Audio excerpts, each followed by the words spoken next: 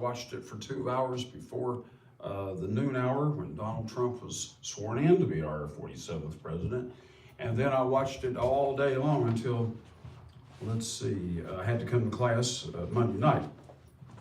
So it was very exciting. I watched the ball and the parties afterwards, and America is excited. America is glad to try to get back to a time of common sense when men can't be in women's sports. America is on a, what's the expression? They're on a high, but they're also extremely optimistic that things are going to start to work out now. And if Donald Trump does what he says he's going to do, and if the Supreme Court lets him, and if the Democrats let him, he's going to drill for oil. We've got more oil than just about anybody, but we're not drilling for it because of the concern about the climate. It's interesting that the Biden administration decided to put the need for climate concern over the need of the average American who's trying to decide, do I buy medicine or do I buy food? He's a millionaire. He doesn't care. He cares about the climate, which is kind of hypocritical, because if you buy oil from Iran or Saudi Arabia, it hurts their climate, doesn't it? And if you buy oil from Venezuela, it hurts their climate. So why not just use our own oil? It's ridiculous. It's hypocritical to say we're concerned about the climate when you're not concerned about the climate in other parts of the world. So what they're looking at is the possibility. I've heard the term 40 trillion bandied about. Our government right now is $36 trillion in debt, and there is no hope in sight if we continue on the road we've been going for the last 4 years. But if they drill oil, and we'll have all the oil we need, so therefore the prices can come drastically down, which I'm looking forward to. And then we'll have plenty of oil left over, a surplus, that we can sell to other nations, which will bring in trillions of extra dollars, which will help pay off the national debt. Now, it's too bad he's only got 4 years to do that in, because that's a lot to do in 4 years.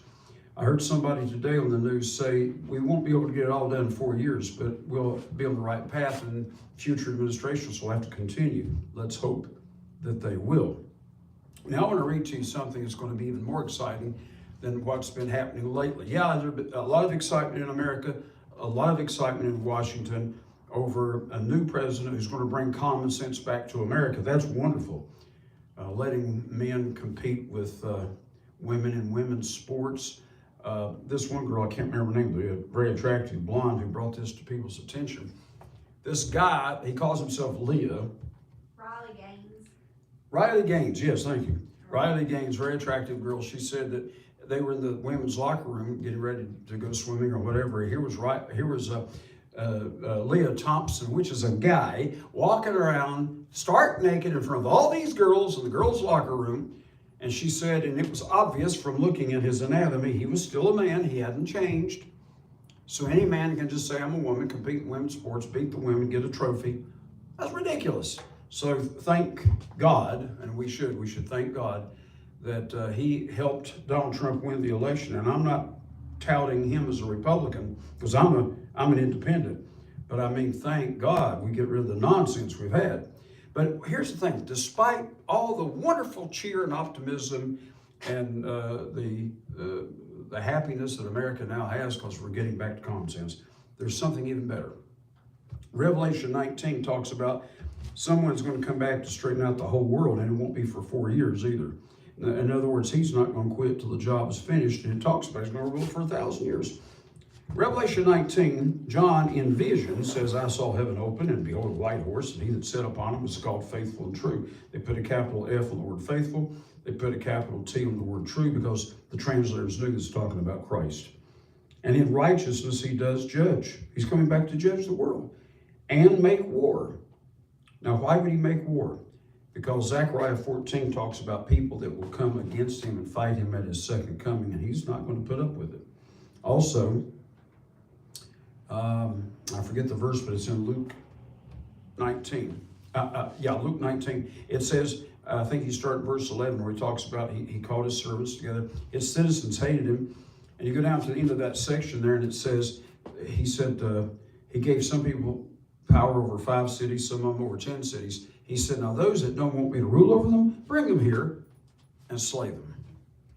So he is going to kill those who just absolutely rebel. That's something the President of the United States cannot do, and we're glad he can't. But Christ is going to do it. His eyes were as a flame of fire, this is verse 12, and on his head were many crowns. Verse 13, he was clothed with a vesture dipped in blood. After they scourged him and beat the blood out of him, beat him, they put his own clothes back on him. And so he's wearing a vesture that's dipped in blood. His name's called the Word of God, capital W, on that referring to Jesus.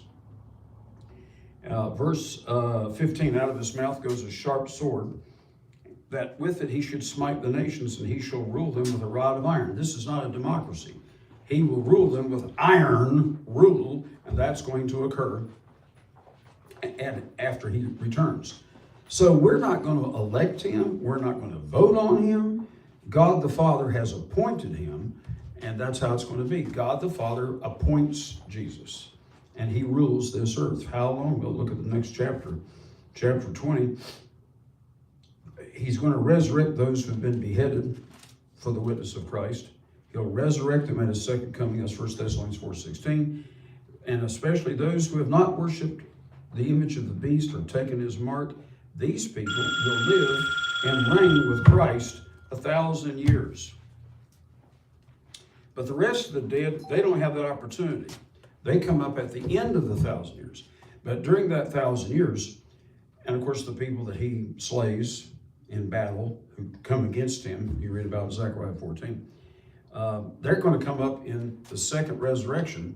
And the Bible, Peter tells us this, that in the second resurrection, in the judgment, the wicked will be punished. They're not just going to come up and say, hi, how are you doing? No, they're going to be punished. So it talks about that he will reign, they will reign with Jesus. Look at verse 6, or rather verse 4. They lived and reigned with Christ 1,000 years. Now, another scripture that I want to give you. I keep mentioning it here, so let's just go back there and take a look at it. Zechariah 14.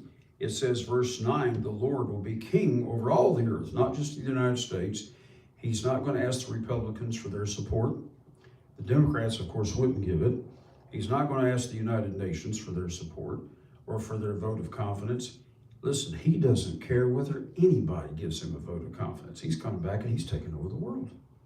Jesus, the Son of God, is going to do that. And there'll be, in that day, there'll be one Lord and his name one. And then verses 10 through 15 talks about these people who come up against him. And while they're standing on their feet, King James says in verse 12, the fourth line down, their flesh shall consume away while they stand upon their feet. Their eyes shall consume away, just disintegrate in their holes, their eye sockets, and their tongue shall consume away in their mouth. That's a pretty bad thing to happen, but they're coming against the King of Kings. So when the left, and there will still be people on the left, as we call them, euphemistically, I suppose, when they come against Christ and want to put him down, it ain't going to last. Now, verse 16, and then it'll come to pass of all who is left of all the nations who came against him in Jerusalem, the ones who are left they're going to be persuaded to come up to Jerusalem and finally lay down their rebellion and not only accept him as king, but worship him. They shall go up from year to year to worship the King. The Lord of hosts, that's who Jesus is. He is the Lord of hosts. The word Lord in capital letters means Jehovah or Yahweh.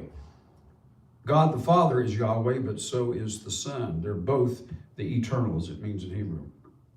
And anybody, verse 17, that won't worship the Lord of hosts, that nation will have no rain. They'll have drought.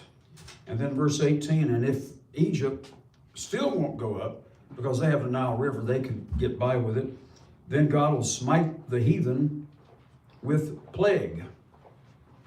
So it isn't just a drought and famine and that type of thing. He'll smite them with plagues, and they're going to die.